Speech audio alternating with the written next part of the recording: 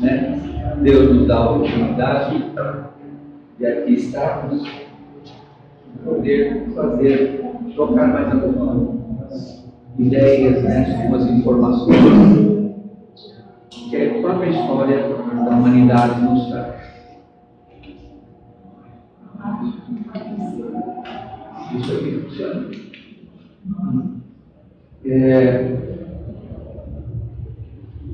Há umas 3 semanas atrás, aí, conversando com alguns colegas, por que não a gente fazer um pouquinho, buscar um pouquinho da história, para que a gente se sintonize mais e mais com o que ocorreu na história bíblica, claro, né, com a espiritualidade. O que a espiritualidade nos diz quanto ao que ocorreu ao longo dessa história. Então, buscando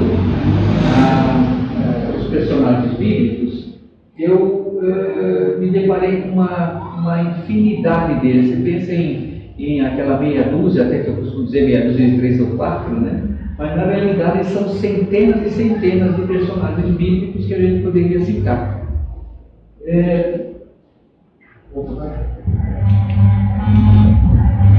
Mas, inicialmente, eu queria lembrar qual é o nosso objetivo das palestras. Nosso objetivo é falar do amor, o amor maior que Jesus nos dedicou e tanto nos instruiu. Eu tenho colocado praticamente em todas as palestras que eu venho aqui a proferir, né? O amor maior, o amor pela humanidade, né? Para que a gente possa exercitar mais e mais as nossas reflexões sobre as nossas histórias de fé. O que realmente, já que nós vamos falar sobre os personagens bíblicos, o que realmente cada um deles pode nos trazer, certo? Fazendo as nossas reflexões, então, naquilo que eles nos trouxeram, o que eles deixaram como legado. Buscando, então, a fé, resignação, resiliência, perdão e amor. Vamos enfocar esses itens, basicamente, na busca desse estudo desses personagens bíblicos. O que é que eles nos trouxeram? E assim, com os personagens bíblicos que eu fui buscar, tudo lá ficou meio apagado, com essa infinidade deles, eu procurei só restringir para mostrar realmente, isso ilustrativo, alguns deles, né, de Adão até Abraão, que nós vamos focar na vida em Abraão, mas são mais de 100 mil anos aí, de Abraão para frente são mais de 4 mil, até a atualidade. O interessante que eu vi aqui é que de Adão até hoje, alguns deles são, nesse resumo, nós temos aí a constatação de que alguns a gente conhece, outros não, né, que são mais, vamos dizer assim, veiculados, vamos colocar assim, pela mídia religiosa até, né? E um pouco de cada um de nós tem esse conhecimento. Adão, a gente sabe quem é, alguns nós sabemos bem o que é Sete, né? Nós vamos checar aí em Matusalém, mas outros não, né? Matusalém é interessante, ele tem como sinônimo de longevidade, né? Ele teve seu primeiro filho com 187 anos e viveu 969 anos, né? E assim outros tantos, né? Que a gente pode citar, como Noé, que é realmente, embora a gente não enfoque muito, eu pelo menos não enfocava, como realmente um patrono na evolução da espiritualidade,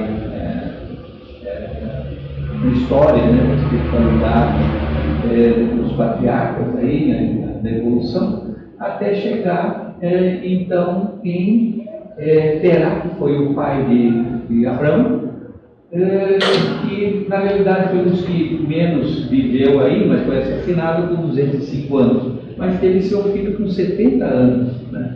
E Abraão, como muitos de nós já sabemos, ele também não tinha filhos, né, no início, né? E foi ter seu primeiro filho com 100 anos por uma benécia dada por Deus, né? E ele falece com 175 anos. mas é só meramente ilustrativo isso daqui. Nós vamos restringir a nossa palestra, mas alguns deles que eu deixei em vermelho aí, que é Abraão, Jacó e José e Daniel. Na realidade, Jacó ainda eu pus aí exatamente pela origem de José, que eu quero citar aí, né? Jacó é realmente um personagem até interessante aí, porque ele tem uma passagem bastante significativa na história, que ele luta com Deus, né? Mas vamos lá, eu quero lembrar também, que eu já pus em outras palestras, a dificuldade que a gente encontra da humanidade em se manter fiel a Deus. E periodicamente a humanidade se perde e sofre as consequências. Nós, enquanto espíritas, sabemos que você tem uma ação, você tem uma reação. Certo? Então, nós mesmos é que acabamos nos cobrando, não que Deus venha a punir ao longo da história o povo, né, se tornando escravo ou sendo sacrificado. Não, é que o próprio povo acaba assumindo as consequências dos seus atos. O abandono de Deus, certo? E o povo abandonando Deus, e aí sofrendo as consequências.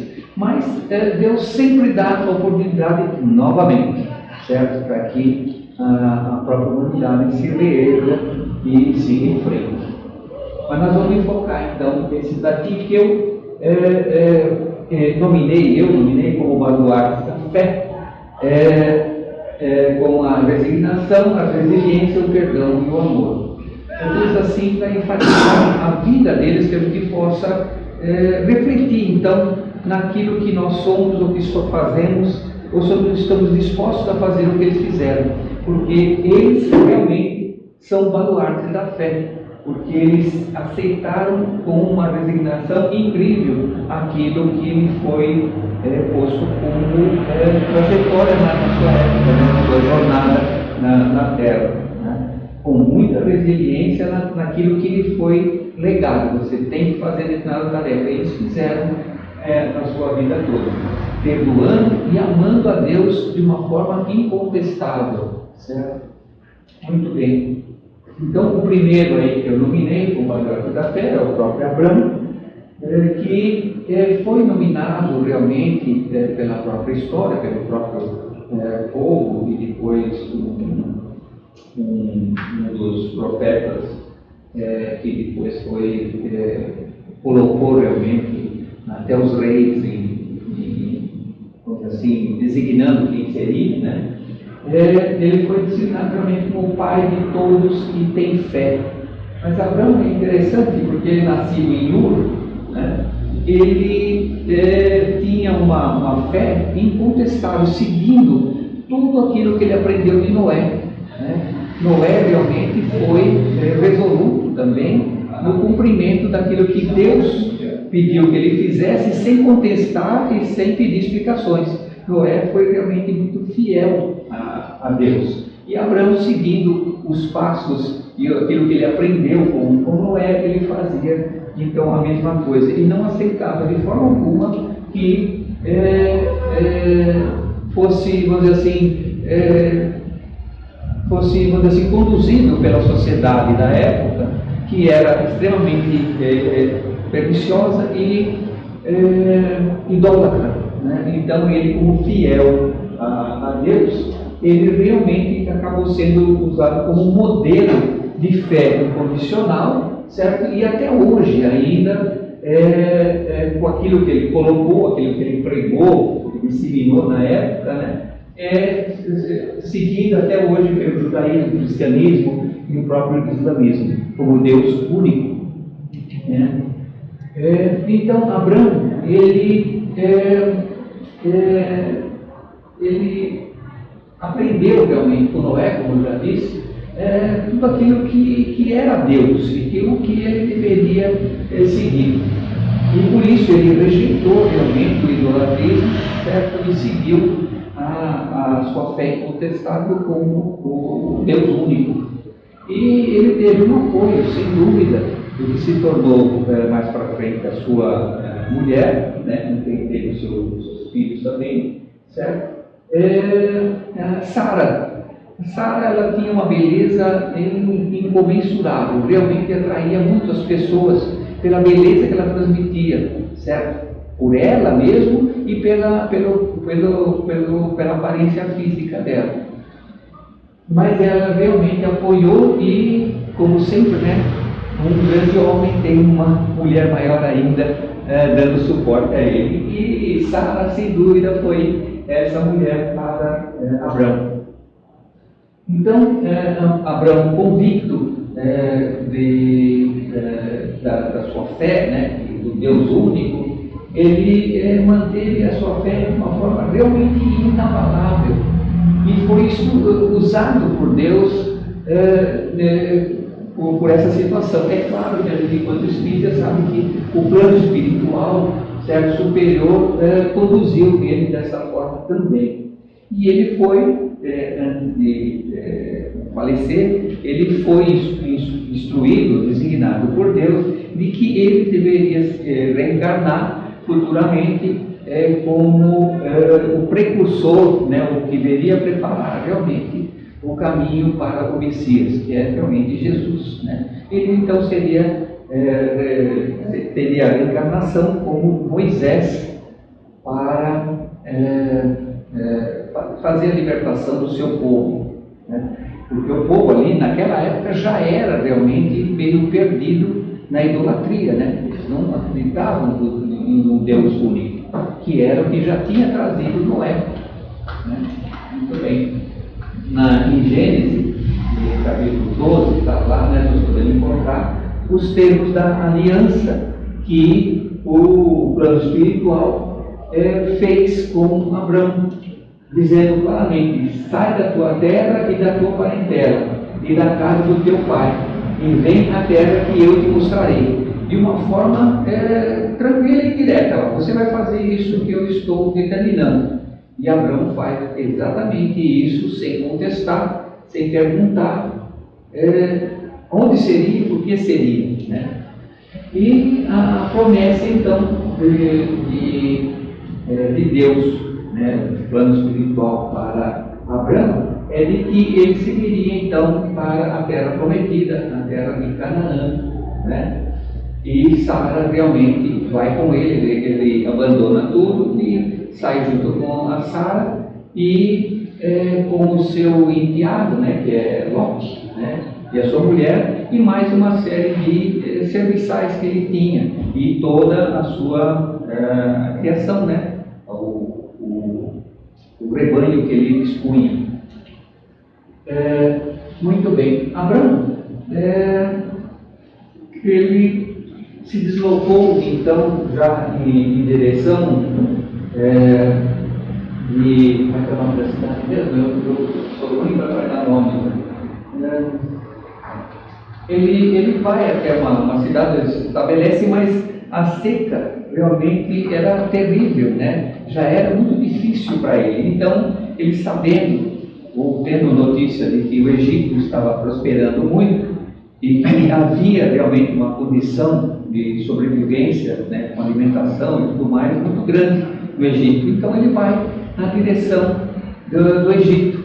E aí ele tem os seus primeiros percalços, ou seja, no entrar do Egito, ele se depara com um interesse muito grande pela beleza que Sara apresentava, com o interesse do faraó em tê-la como esposa, mais uma por seu harém. E isso é dado em possessão, mas Abraão fica com receio, né? E ele, na verdade, ele conta uma mentira. Ele coloca para a direção, né, o próprio faraó, que Sara era sua irmã e não sua esposa.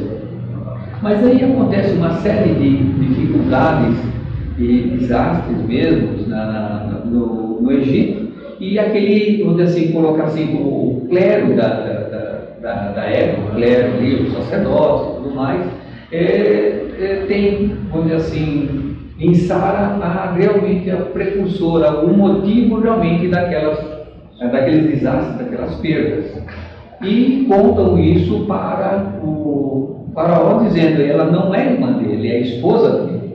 E o faraó, então, indignado, ele ordena, né, chama o Abraão e pede que ele se retire do Egito com todo o seu séquito que ali estava, inclusive os animais, que ele leve tudo embora.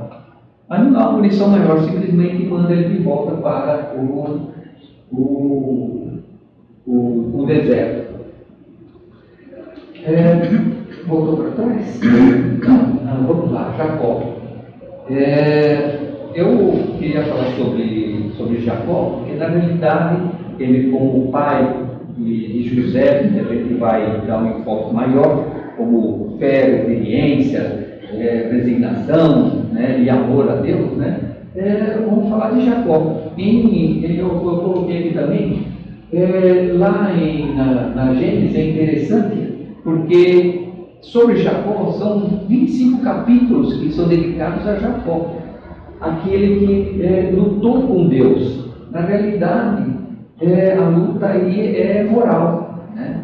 Porque ele tinha feito aquela colocação para o pai, tomando o lugar do irmão. Na realidade, não é que ele seja mais novo que Esaú, que era seu irmão, é que ele era irmão gêmeo. E ele, na hora de que o pai estava para falecer, ele quis tomar, porque a mãe dele gostava muito mais de Jacó do que de Esaú. E Jacó gostava mais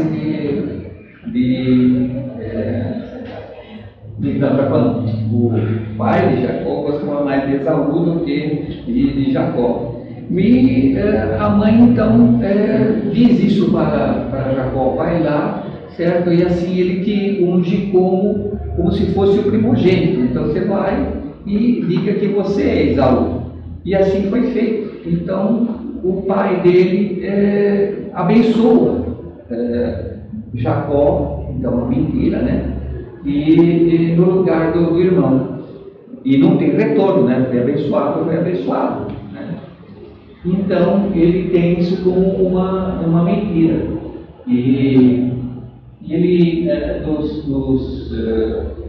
nos seguir realmente em frente, ele vai lutar, vai ter essa luta que é mais moral, né?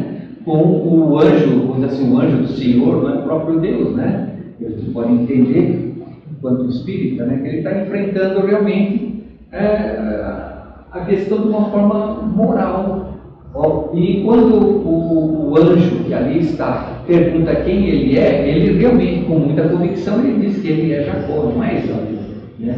Então ele, na realidade, ele se redime disso diante do anjo, né? Esse encontro então com Deus, ele se redime dizendo claramente quem ele é, certo? Então ele tem com muita franqueza, sinceridade, constrição, realmente, um quebrantamento muito grande, muita humildade, ele na realidade conquista esse direito, né? esse perdão, até, de certa forma, da própria espiritualidade com aquilo que ele tinha feito, mas pela sua força mesmo moral, não pela sua força física, que não daria realmente para ser dessa forma. O segundo, então, baluarte, né, o primeiro foi que eu citei aí, foi Abraão. O segundo baluarte que eu nominei como José. O José do Egito, que é mais conhecido por nós, né, mais veiculado religiosa. José, ele tem uma trajetória também bastante interessante, né, porque ele é o 11º filho de Jacó, mas ele não é o primogênito, é o 11º, né? Mas Jacó adora ele, certo? Porque ele é o primeiro filho de Raquel, a esposa que ele sempre amou, né? É o primeiro filho. O segundo filho é Benjamim, né? E então ele realmente dá uma ênfase muito grande a esses dois filhos, particularmente a José.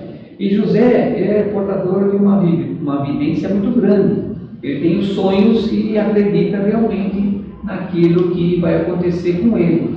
E ele, com muita humildade e serenidade, ele sempre mostra aos irmãos, certo? Os outros 10 irmãos, né?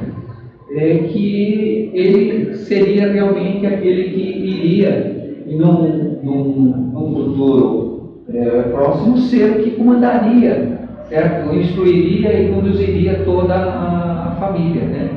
Certo? E o nome, certo, que em egípcio, depois quando ele vai falar, ele vai colocar, é como aquele que descobre as coisas ocultas, a evidência dele. Então tudo que ele vê, para ele é muito natural. E isso realmente é que causa essa indignação nos seus irmãos, né? A preferência que Jacó dava a ele, certo? E essa é que eles achavam como prepotência de que ele seria maior do que todos e ele que conduziria o próprio povo, né? E ele tem dois filhos, mais para frente, né, claro. Esses dois filhos vão ser realmente os fundadores da tribo de Efraim, como a gente conhece, e Manaés, que são os filhos de José.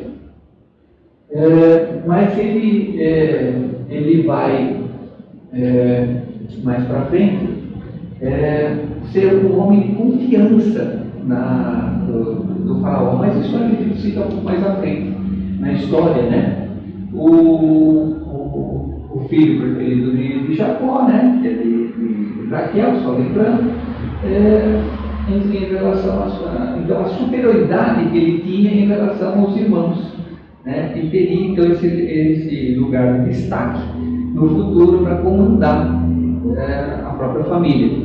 E Jacó usa isso muito dele. Ele realmente manda, ele coloca até de certa forma em xeque, né, a posição, quando ele manda ou pede, né, a José que seja o coordenador, seja o ministro do leva e traz, né? O que os irmãos estão fazendo realmente, se estão cumprindo com as tarefas ou não, e que realmente muitas vezes não faziam, né? Então ele punha José para saber o que estava ocorrendo. E José sempre muito solícito e muito real, muito positivo naquilo que ele fazia. Mas isso, com a revolta, né, dos seus irmãos, ele acaba um belo dia, numa plantação inclusive de trigo, ele vamos dizer assim, de certa forma aprisionado, e eles tentam matá-lo, né, e jogam ele num poço, certo? Mas ele não morre. E eles falam, pô, e agora o que nós vamos fazer? Ele está lá dentro do poço. Então eles acabam retirando ele e vendem a um mercador de escravos por 20 moedas. Vende o irmão. E é claro que Jacó vai ficar indignado com isso, porque eles colocam ele como morto, que teria sido morto por animais no trato, vamos dizer assim, do rebanho que eles estavam conduzindo, teria sido morto. Mas Jacó fica consternado e nunca esquece de José. E se apega muito mais ainda a Benjamim, que é muito mais novo, é um rapazinho bastante novo na época, né? Mas o que acontece? Ele, nessa condução, tem muita coisa, muitos detalhes aí da vida dele, mas se a gente for falar aqui disso tudo, nós vamos precisar de mais alguns dicas, né? É interessante a vida dele, né? E o importante aí é que José, com tudo aquilo que é feito, ele jamais condenou os seus irmãos. Ele simplesmente foi crente em Deus. Ele jamais abandonou a sua fé em Deus. E ele passa, inclusive, ele virou até remador naquelas galeras, né? Nas galeras e tudo. Mas ele acaba no Egito como escravo e foi comprado por Potifar, que era o chefe da guarda do faraó. Então, algo de bastante relevância. E quando ele se tornou o chefe da casa de Potifar, ele ganha realmente essa notoriedade pelo interesse, a dedicação e sempre fiel ao seu dono, seu patrão, no caso aí era Potifar. E como sempre ele fez na vida, quando ele fazia com o pai, ele fazia então com o Potifar.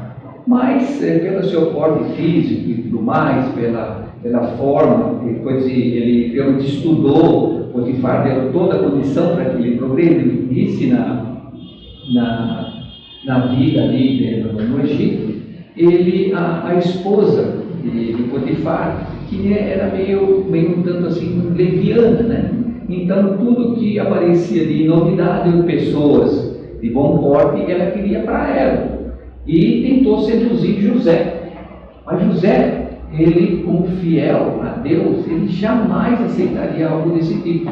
E ele nega, e ela acaba com raiva acusando ele de tentativa de estupro, e o pai, o marido, né, Potifar, que tanto confiou nele, acaba condenando ele e jogando na prisão.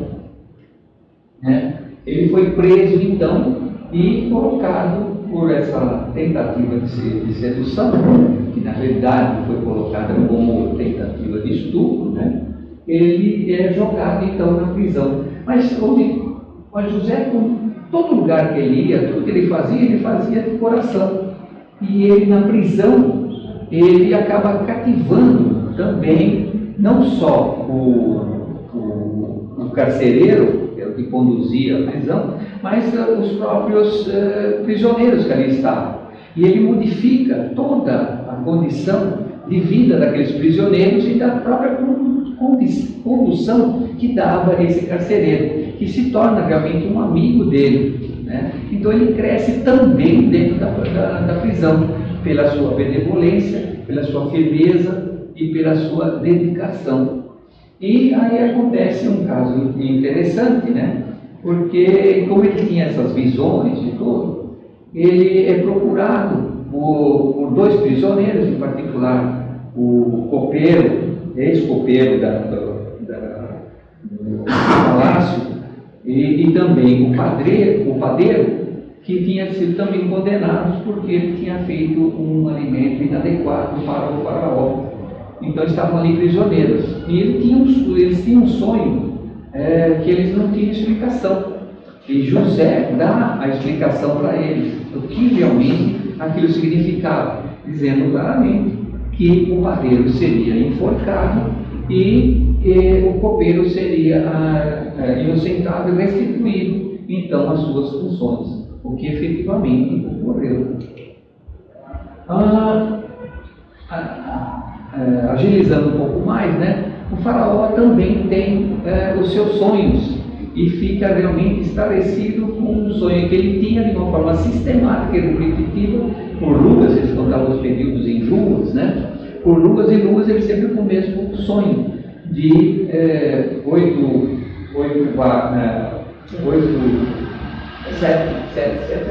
sete vacas gordas sendo comidas por 7 vacas magras, e mesmo assim elas continuavam magras, né? E ele não sabia disso, e trouxe diversos videntes, né, da região, não só do palácio, e ninguém deu uma explicação plausível para o sonho do faraó. Aí o copeiro, vendo aquela situação, ele lembrou do caso de José e do próprio caso e do padeiro, e conta isso para o faraó. Isso não conta a história, e conta para ele, e o faraó se interessa e fala: então manda trazer José. E José vai dar a interpretação realmente do que era aquilo, certo? E na base então do que tinha ocorrido na crença, né, o faraó então entender que realmente aquilo poderia ser uma verdade, que na realidade aquilo, José relata a ele que aquilo na realidade seria o prenúncio de que nos próximos 7 anos teria uma abundância muito grande no Egito, mas depois nos 7 anos subsequentes haveria uma seca e uma penúria muito grande. E ele, na opinião dele, né, ele fala, e qual a sua opinião? O que deveria ser feito? Então ele dá a posição dele, que deveria ser constituído alguém, certo, para fazer uma coordenação, para garantir que essa benécia toda que eles iam receber nesses primeiros 7 anos, fosse dada uma garantia para os outros 7. Ou seja, ele falou, essa pessoa deveria pegar a 7ª parte das colheitas e guardar para os outros anos, certo? E o faraó realmente, contente com o que estava sendo trazido por José, ele acaba nominando naquela época, então, José como o dono do Egito, que na Bíblia, ou uma tradução da Bíblia, coloca ele como um governador, mas ele era realmente como um chanceler, né? Alguém para administrar aquela situação.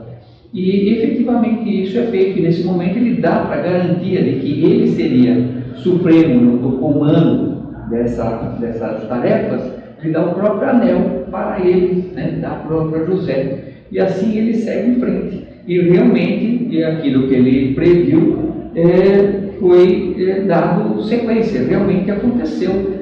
E passados 7 anos, com todos os filhos que ele mandou construir, tudo abarrotados, começa realmente no 8º ano a seca e então o início da penúria. E todo o Alto Egito, né, acho que é o Alto Egito, ele começa a realmente definhar. E é claro que ele, como administrador, vai fazer com que, com muita resiliência, né, fazendo com que aquilo seja cumprido realmente, fazer com que todos recebam as mesmas benécias que foram previstas ali por Deus, né, e foi dada aquela condição. E ele começa a negociar e torna o faraó cada vez mais rico, porque ele acaba dominando todo o Egito na época. E assim ele cresceu, mas nesse inteirinho, o que acontece? Jacó também, como estava no deserto, sem já o que comer, toda a família, né, que já era agora em grande número, porque os filhos também já tinham casado e já tinham seus filhos, não tem o que comer, e ele pega os seus recursos materiais e fala para os filhos irem comprar o material do Egito que eles tinham, né, os insumos, né, o trigo particularmente, para que eles continuassem vivendo, né, não só sobrevivendo, mas vivendo. E isso foi feito. Mas quando eles chegam no Egito, o governador, então, que é recebido, ele percebe claramente que são seus irmãos, mas eles não o reconhecem, certo? E fica nesse trabalho, 1, 2, 3, vai e volta, ele levando o trigo, né? Que tem uma série de sequências aí que José ainda vai trabalhando, né? Para garantir que os irmãos, de alguma forma, paguem aquilo que fez. Mas ele acaba sofrendo com isso, né? E ele acaba, então, cortando um pouco através da história, ele traz realmente, pede para os irmãos, ele se identifica, mostra quem ele é, e pede que tragam a família toda, não só o pai, mas toda a família. E isso efetivamente ocorreu. Com muito amor, ele perdoa realmente os seus irmãos, né, abraçando-os e dando toda a condição. E é claro, o faraó, como ele tinha em muito boa conta José, ele diz a ele, não só traga, como dê a eles a condição de não sobrevivência, e sim de viver e progredir dentro do Egito. E isso realmente ocorreu. E na história, você vai analisando e pesquisando, você vê o que realmente ocorreu. Que esses descendentes, então, dos irmãos dele, acabam se acomodando, certo? Eles passam a dominar o próprio Egito. Mas com a acomodação, eles esquecem realmente do próprio Deus, né? Aquilo que eles receberam, e acabam realmente se tornando mais futuramente como escravos, que é, na verdade, até aquilo o próprio Deus até acho que tinha como premonição: vai acontecer isso, que o povo vai esquecer das promessas que foram feitas e do que ele deveria fazer. Então, ele só vai lá na frente, então, com a reencarnação de Abraão como Moisés, então vai ser a libertação, né, do Egito, quando nós vamos ver lá na frente, né, que é outra história, né, mas que é Ramsés II, que realmente acaba sofrendo as penúrias exatamente por querer ser o maior algoz de todos, inclusive do próprio Moisés, que era tido por ele mesmo como irmão dele, certo? Embora não fosse, ele era hebreu, né? Não era egípcio. Muito bem. O terceiro baluarte que eu nominei aqui é Daniel. Daniel também uma força de espírito muito grande. Ele tinha realmente uma fé em Deus incomensurável. De forma alguma ele aceitaria ser, vamos dizer assim, conduzido à idolatria ou ao abandono de Deus. Ele mantém sempre de uma forma bastante fiel, se mantém de uma forma bastante fiel a Deus, fazendo de uma forma sistemática as suas orações 3 vezes ao dia. No Antigo Testamento, né, Daniel é realmente tido como aquele que é julgado por Deus. Deus julgou ainda, porque ele é o juiz.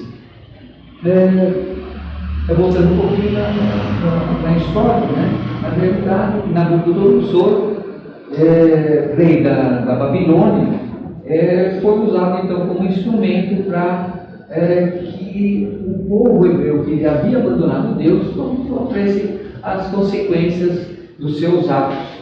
E aí, no terceiro ano de Joaquim, no terceiro ano do reinado de Joaquim, Nabucodonosor, por vários anos, né, segrega Jerusalém e acaba dominando e acabando, pela segunda vez, né, com Jerusalém.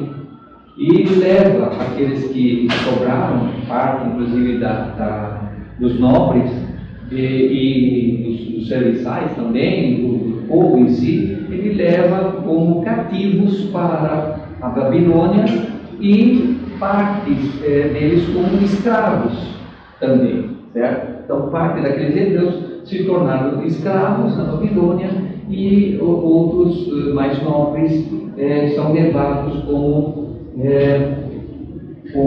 serviçais, né?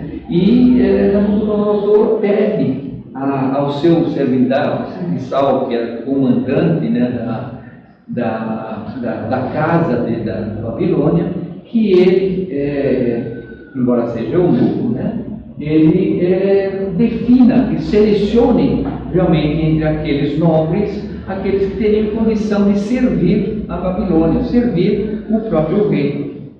E dar as características que ele queria dessas pessoas, boa aparência, cultos, né, que pudessem ser treinados e instruídos por um próprio Aspenaz, né, para que isso ocorresse.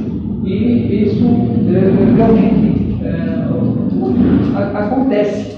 E Aspenaz ainda, que ele seleciona então Daniel, Ananias, Misael e Azarias, certo? Todos eles da mesma tribo de Judá, certo? Que era da casta de Joaquim, por isso que ele era da família nobre, né?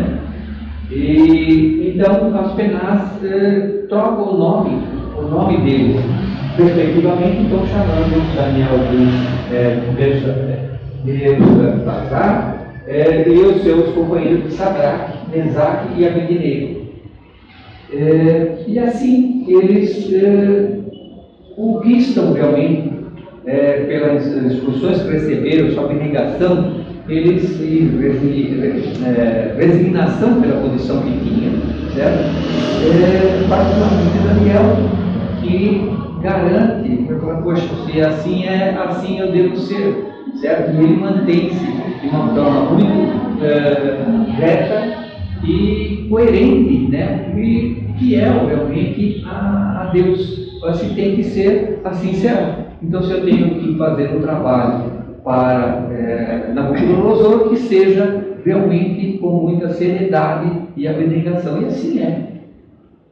Mas o que acontece? Eles acabam identificando uma série de irregularidades quando eles passam a administrar a casa da Babilônia, e quando conseguem identificar que existe muito desvio, a corrupção da época, né? Onde parte do ouro que extraía das minas era desviado pelo sacerdote, então, e pela sacerdotisa, que também era usar os termos assim, né, uma devassa da época, né? Ela se aproveitou de um assassinato para exercer uma função, assumir uma função, um nome que não era o dela. E ela vira sacerdotisa, mas é corrupta também, certo? E eles, quando ficam sabendo, falam, poxa, eles vão acabar identificando e nós vamos acabar morrendo, né? Vamos ser mortos por Nabucodonosor. E começam a fazer o seu complô para que Daniel, na verdade, e seus companheiros sejam mortos. E Daniel ainda sofre realmente um atentado, certo? E fica várias lutas, né? Como é contado, para dizer, né? Na época, e em estado de coma. Sadraque lá, né? Os seus companheiros ficam velando por ele, tratando para que ele se recupere. Nesse meio termo, Nabucodonosor havia definido que ia ser feito uma estátua ao seu Deus, na realidade teria a figura dele, de 30 metros de altura e 3 de diâmetro, mas que todo em ouro, que representaria esse Deus. E aí, aproveitando o sacerdote, né, viu a possibilidade de, nesse momento, nessa inauguração, fazer uso daquilo e se livrar dos três, né, dos três seguidores ali. E monta um esquema, sem que o próprio Nabucodonosor percebesse, ele monta um processo e é feito um decreto onde todos deveriam reverenciar essa estátua, então esse Deus, né? E monta um esquema em que, ao soar uma música, né, os hinos, estridentes e tal, todos deveriam reverenciar, abaixando a cabeça, né, ou se rebaixando perante aquele Deus na estátua, certo? E, é claro, os três não aceitam isso, não fazem isso, né? Ele não vai se prostrar, adorar uma figura de ouro, uma estátua de barro, que seja. Eles não vão aceitar. Então, como eles não aceitam isso, é dado uma segunda chance para que eles façam essa reverência, e eles não fazem. Os outros hebreus, até com muito medo, acabam fazendo reverência à estátua. Mas os três não, permanecem de uma forma incólume, certo? Fiel e com fé em Deus, né? Então, Nabucodonosor não teve dúvida, certo? Instigado pelo sacerdote, particularmente, e pela sacerdotisa, ele realmente manda que a fornalha seja não só mantida acesa, mas que fosse multiplicada, para que realmente o fogo os destruísse de uma forma instantânea. E manda então que eles sejam jogados na fornalha. E sem dúvida o foram. Mas nessa condução o calor era tão forte que, ao chegar perto, aqueles que os conduziam, esses guardas, os algozes ali, né, são queimados vivos instantaneamente. E eles são então atirados na fornalha. Mas, por surpresa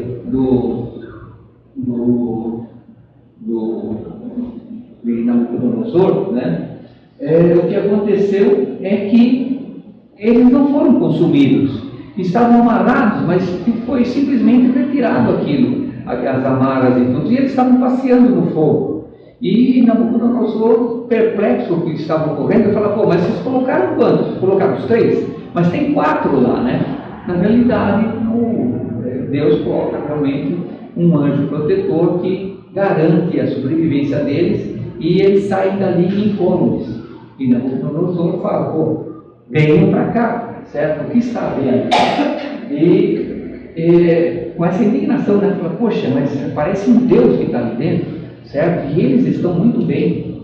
E ele manda então que eles sejam retirados de lá, são retirados, eles saem, e de uma forma então que demonstra uma fé de uma forma incrível, né? E uma abnegação, né? Certo? Fala: poxa, eu tenho que ser resiliente naquilo que me foi posto, e eu tenho que ser manter minha fé e o amor a Deus de uma forma incontestável. É o que os 3 fazem, né? E assim Deus dá esse resultado, né? Essa forma para que ele realmente eles possam voltar. E todos eles perplexos, né? Então o que acontece é que Nabucodonosor, com isso, ele contesta toda aquilo que havia feito no decreto anterior, e eles lançam outro decreto que está ali: por mim, pois, é feito um decreto, pelo qual todo povo e nação e língua que disser blasfêmia contra o Deus de Sadraque, Mesaque e Abednego sejam despedaçados e suas casas feitas em monturo. Portanto, não há outro Deus que possa livrar como este. Então, praticamente ali ele passa a abraçar a fé em Deus, né? Então, Nabucodonosor passa a isso, e de uma forma que todo aquele clero, vamos colocar assim, também se submete a essa condição, embora eles continuem batalhando contra, né? Fazendo suas trapaças para que isso seja extinto. Mas ali ficou de uma forma incontestável que o rei estava garantindo a sobrevivência deles e elevando mais ainda eles na história. Então, eu vou fazer uma pergunta, né? O que é que Deus quis dizer com fornalha de fogo? O que significa, inclusive para nós enquanto espíritas, o que é passar por uma fornalha de fogo? A fornalha significa realmente uma provação, uma prova que ele tem que passar, uma adversidade, um desafio para a fé das pessoas, para nós inclusive, e enquanto espíritos que somos, né? Então nós também temos as nossas fornalhas de fogo, né? Então coloca-se mais ainda, né?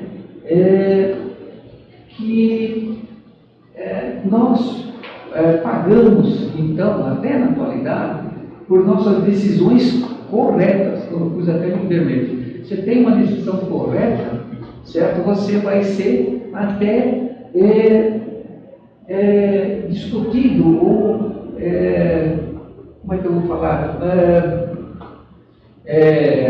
Condenado ou injuriado por ser realmente honesto, né?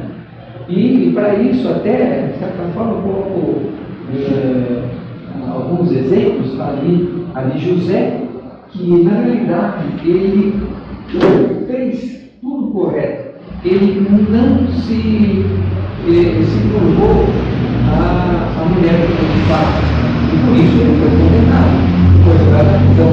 Moisés também, da mesma forma, ele não aceitou e foi viver com o seu povo, na penúria, certo? Afastando-se do próprio palácio, né? Certo? E Paulo também não é diferente, nós sabemos a história de Paulo, né? onde ele, como centurião, acaba se afastando, negando aquilo lá depois de ver e falar com Jesus, né? Ele realmente passou a ser perseguido. Então essa é a fornalha de fogo de cada um deles. Então todos aqueles que fazem aquilo que é certo, se você decide também a ser fiel aos desígnios de Deus, como eu coloquei ali, obviamente você vai passar por coisas semelhantes, porque a sociedade é assim, né? Mas é honesto e quer realmente ser cumpridor dos desígnios de Deus, não tenha dúvida, certo? Assim, o meio também crucificará, certo? Mas a gente pode ficar tranquilo, porque se a gente manter a fé como eles mantiveram em toda a sua trajetória, o amor a Deus, sem dúvida Ele vai estar com a gente e nós vamos superar sempre as nossas fornalhas de fogo. Jesus não nos abandona, nós é que esquecemos muitas vezes dele e daquilo que Ele nos trouxe. Esquecemos de cumprir os desígnios do bom Deus. Muito bem, vamos então falar um pouco da prova de Daniel. Daniel, que foi jogado então na cova dos leões. O que acontece aí, sempre encurtando a história, né, porque é uma coisa muito longa, né, ele já bem mais velho, nunca esquecendo da própria profecia de Jeremias, que a gente tem que sempre lembrar. Jeremias, lá na época quando Nabucodonosor invadiu e acabou com Jerusalém, ele disse que aquilo ia ocorrer e que por 70 anos realmente o povo sobrevivente seria cativo na Babilônia, que efetivamente ocorreu. Então, ele, sabendo disso, ele continua resiliente nas suas tarefas, consciente da vida que ele deveria ter e continua sempre fiel a Deus. O que já nessa época o próprio Nabucodonosor já não era mais rei, já teria falecido, e o novo faraó, o novo rei, Dário. E Dário também se apega muito a Daniel e tem ele realmente em alta conta, continua realmente crescendo, de tal forma que Dário nomeia ele até como vice-rei, ele dá um status maior ainda, mas o que leva aqueles servos, aquela nobreza, né, a ser revoltado mais ainda contra Daniel. Então os servos são contra ele, ficam mais irados ainda pela inveja que eles têm de Daniel. E aí, mais uma vez, aparece a ideia de acabar com ele de alguma forma. E fazem com que Dário, enganando, né, ou levando ele conduzindo ele, né, sem que ele percebesse, a fazer um decreto de que por um mês inteiro ninguém deveria pedir nada a deuses, a ninguém que não fosse a ele mesmo, ao rei, a Dário, certo? E ingenuamente Dário faz isso, assina esse decreto. Não tenha dúvida, né? Aqueles servos, aquela casta ali em volta, ficam já prontos para pegar a primeira falha de Daniel. Daniel percebeu realmente que ia ocorrer, mas ele não abandona a Deus, ele continua resiliente nas suas tarefas e resiliente com a sua fé em Deus, e continua fazendo as suas orações 3 vezes ao dia. Não teve dúvida, né? O pessoal pega essa informação, vai direto em Dário e fala: olha o que está acontecendo, você não disse que quem não cumprisse seria jogado aos leões? E ele fica todo perplexo e fala: mas poxa, mas não pode ser, né? Daniel não pode ser, mas ele tinha que cumprir. E fala isso, inclusive, para Daniel. e ele, de forma convicta, né, com muita fé que ele tinha em Deus, ele fala: não, tudo bem, que assim seja, eu tenho que ser jogado aos leões, que assim seja. E efetivamente é o que ocorreu, né? Assim se cumpriu. Daniel é jogado aos leões, mesmo com a tristeza de Dário, que realmente tinha ele em altíssima força. Mas logo na manhã seguinte, Dário levanta cedo e já vai correndo à cova dos leões e chama por Daniel, né? E perguntando se o seu Deus tinha realmente protegido. E é claro, Daniel foi protegido e existe, falou: não, ele mandou um anjo aqui que me protegeu dos leões. E ele fica até amigo, né, com os leões ali, porque a serenidade implantada ali era de altíssimo nível, né? Certo? E assim deixa claro para Dário que ele realmente estava incólume ali, nada tinha acontecido.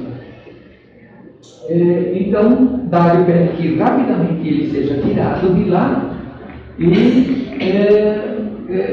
coloca aqui aqueles que assim o induziram a tal erro, que fossem atirados aos leões, o que efetivamente ocorreu. E é claro, não sobrou nada, né? Os leões não só os mataram, como os comeram na totalidade, né? Assim foi. Então eu pergunto agora, né, o que é que nós podemos tirar de ensinamento dessa história de vida desses três que eu nominei até como baluarte da fé, certo? Que eu, assim, realmente considero isso uma abnegação, uma força, uma dedicação a Deus, uma fé de uma forma incomensurável para mim, certo? Resignação, resiliência, perdão, fé e amor. Esses são os pontos que marcaram a vida desses três em particular, certo? Muita fé mesmo, né? Então, para tirar uma conclusão, para a gente concluir, a gente deve fazer uma reflexão e analisar o quanto nós mesmos aceitamos as condições de vida que temos. Se fazemos isso com a mesma fé que eles tiveram, se fazemos com a mesma resignação e nossa resiliência em levar em frente, apesar das adversidades que possamos estar enfrentando. Lembrando, nós estamos num planeta de expiação e provas, certo? Então, nós temos nossas provas. Estamos dispostos realmente com muita fé no bom Deus que nos dá a oportunidade, essa habilidade de fazer essa experiência e provar para nós mesmos que nós podemos ser melhor. Estamos realmente, essa pergunta, essa reflexão que eu faço para mim mesmo, certo? E não sei se cada um pensaria da mesma forma, certo? Mas Jesus nos ensinou isso, certo? E devemos seguir. Eu batalho comigo mesmo para que eu possa ser melhor nesse sentido. Muitas vezes ele vai dizer: não é fácil você perdoar de uma forma incontinente, mas é o que a gente deve fazer: perdoar, aceitar a vida que Deus nos deu, né? A oportunidade de vida que nos deu, e seguir em frente, buscando a nossa elevação, né? Nosso crescimento espiritual, né? E então, nessa reflexão, fazer jus realmente com essa oportunidade que Deus nos dá para esse crescimento espiritual, certo? Deus está nos dando essa oportunidade. Vamos fazer nossas reflexões, vamos trabalhar por nós mesmos, certo? Apesar das adversidades e as fornalhas de fogo que possamos ter que enfrentar, certo?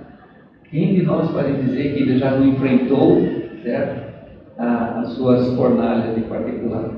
Mas, se fizermos como eles fizeram, sem dúvida, nós vamos conseguir nosso degrauzinho a mais na espiritualidade que buscamos tanto. Espiritualidade maior, na angelitude, claro, que lá na frente nós somos muito devedores ainda, né? Mas que a gente possa realmente, com essas reflexões e mudar até a nossa forma de encarar a própria vida que temos, né?